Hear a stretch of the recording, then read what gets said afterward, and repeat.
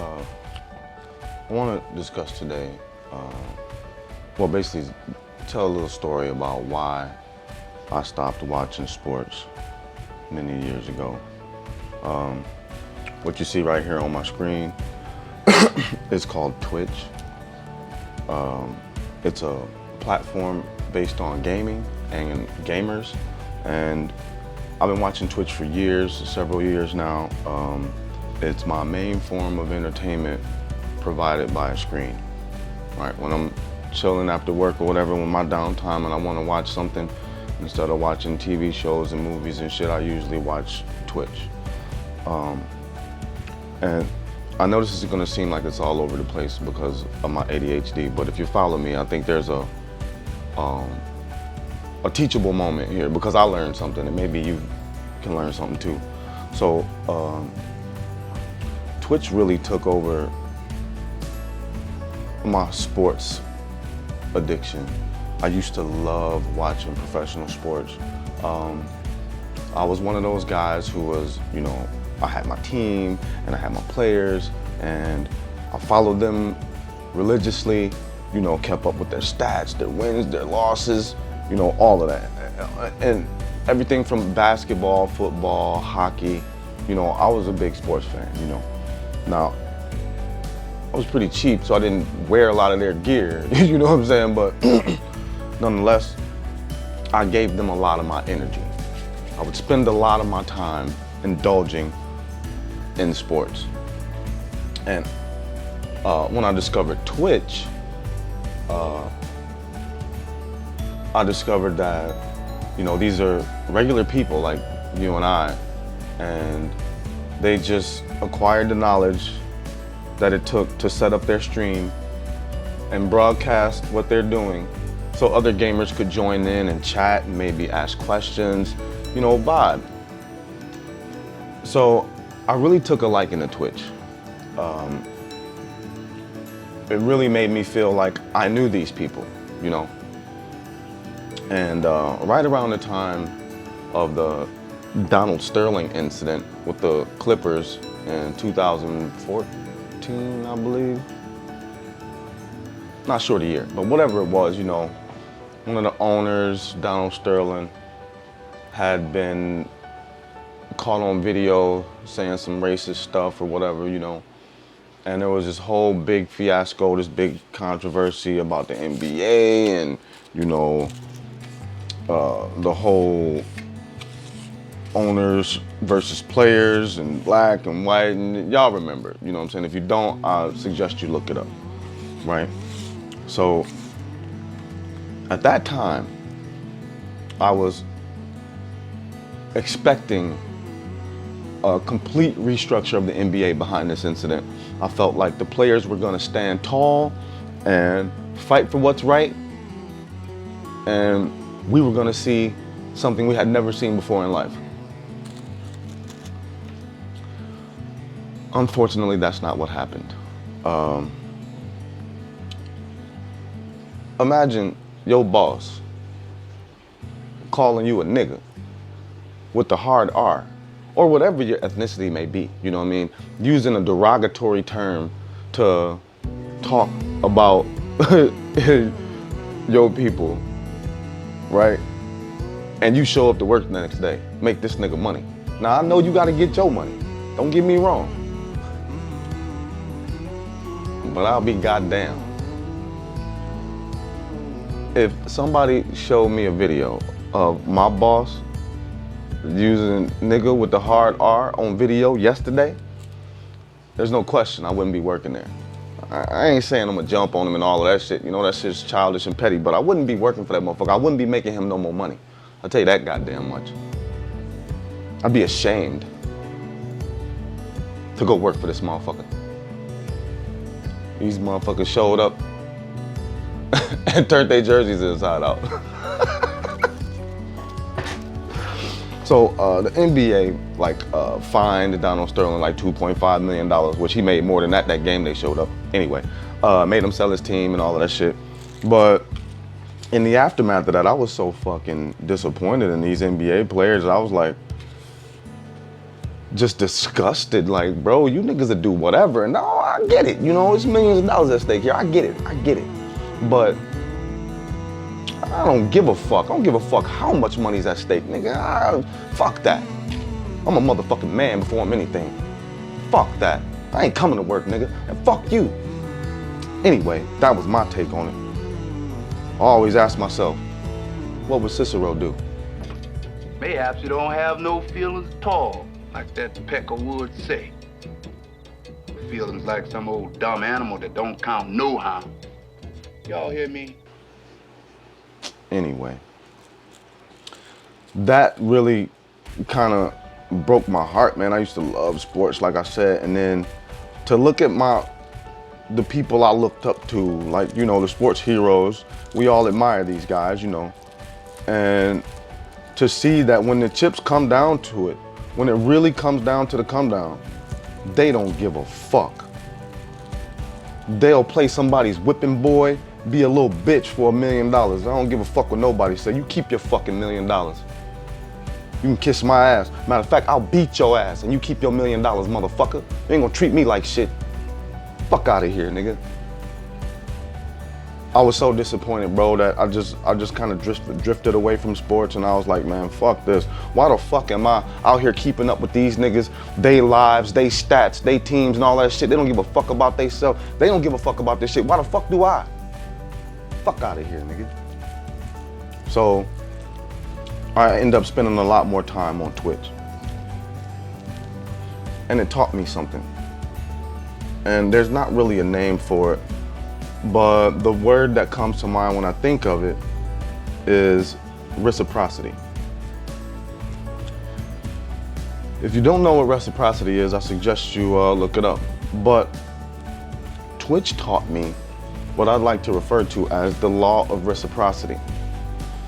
For so long, I put so much of my energy, my livelihood, my life. When you sitting there watching these motherfuckers on TV and you're spending money on a brand, whether it be their jersey or their shoes or whatever it is, that's a lot of energy that you're putting out that ain't none coming back. They don't give a fuck about us. What I realized when I'm on Twitch, like the guy I'm watching now, right? His Twitch name is Needy Beach. He's a British guy in his 20s, you know what I'm saying? Young dude, he plays these shooters that I like. So I like to watch him and we talk and vibe and shit, you know. He's a cool motherfucker. But the difference is I actually know this guy. I don't know fucking LeBron James. I don't know Chris Paul. These niggas don't give a fuck about me. I can buy all the jerseys and all the shoes and all the motherfucking team memorabilia I want. And them bitches that look at me like I'm stupid when I ask for a fucking autograph. If it ain't on the right brand card or, you know. At least Needy knows my name. When I show up in Needy's chat and I say hello, he's like, hey, what's up, Tattoo? My name on Twitch is Tattoo Bum. So he's like, what's up, Tattoo? When has Chris Paul or LeBron James ever called out your name? Never have, never will. Not LeBron James, not Will Smith, not Chris Rock, not Joe Biden, not none of these motherfuckers give a fuck about you. And I realized that there ain't no fucking reciprocity here. Lauryn Hill said it best. You need some reciprocity in your life, and I mean that. See, the way you go to work and earn money, that's reciprocity, right? Now, in most cases, people ain't getting paid what they worth. That's a whole different video, but I digress. At least you getting something back. When you put I saw somebody on Facebook, somebody I love to death.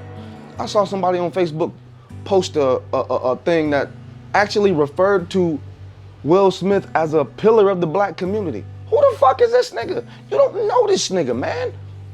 This nigga Will Smith ain't never did shit for nobody in your community. Not him or Chris Rock, so fuck both of them motherfuckers. Bro, get you some reciprocity.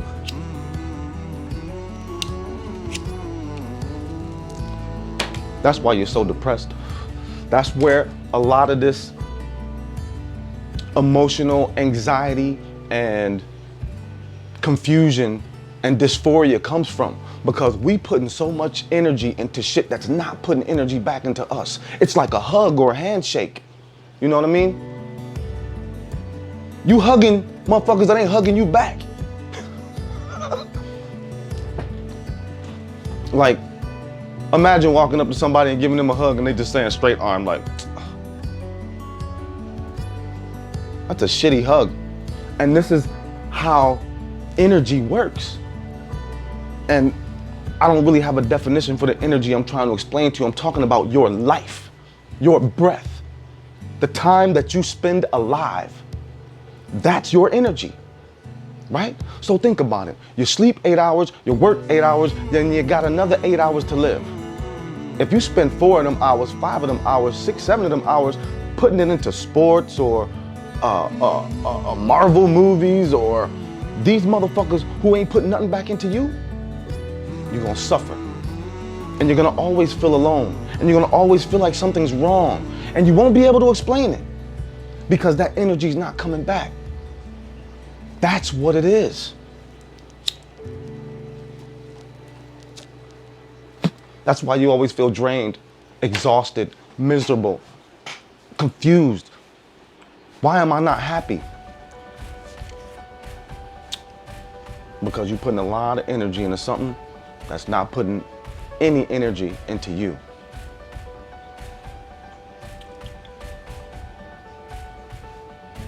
The leaders of the world have been addressing their nations respectively with the same message recently, that a food shortage is coming, right?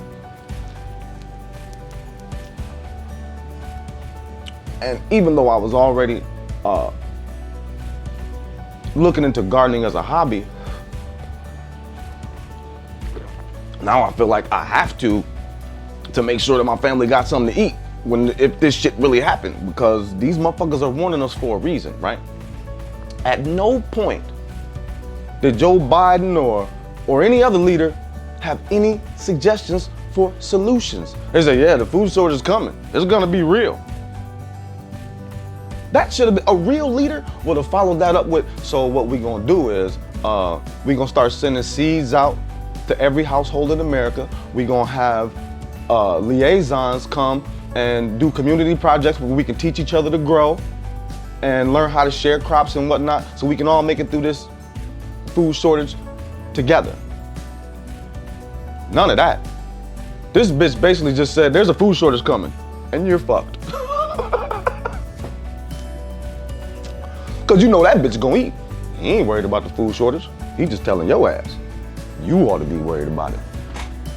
Just like that whole ass COVID shit, man. They running these experiments and these war games on us, these mind games, these psyops. But I'm gonna tell you something. Shit's getting real now. But I ain't gonna lie, I was kind of bored anyway. It's getting exciting, ain't it? War, famine, pestilence. Good stuff.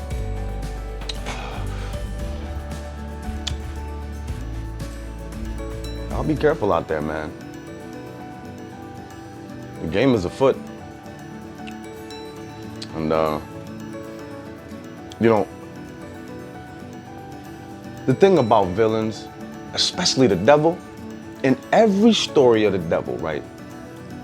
This nigga usually, for the most part, gotta get you to agree to let him do to you what he wanna do to you, right? He can never just jump on you and fuck you up out of the blue like, oh, the devil jumped out the bushes and cut my throat. No, it's never like that, right? It's always like, what's up, bro? You wanna hit this joint? What's the problem, son? You all right? You wanna talk to Uncle Satan? Tell me what's on your mind. So he gains your confidence, right? And then gets you to sign a contract. And he says, I can make all that go away. Just sign on the dotted line. Even vampires, remember that story? You gotta invite them into your home. They can't just come in. That makes me wonder too, does that mean like, is it the place that you call home, or does that only apply to whoever's on the lease? I don't know. Anyway, but what I'm saying is, the devil never just whoop your ass. He never surprises you. He comes in as a friend. He always plays the con game, and you always got to agree to it.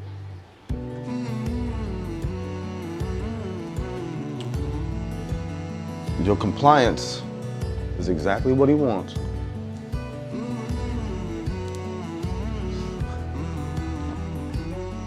But this video already too long, so I'm gonna go ahead and pack it up. But y'all be safe out there, man. Take it easy.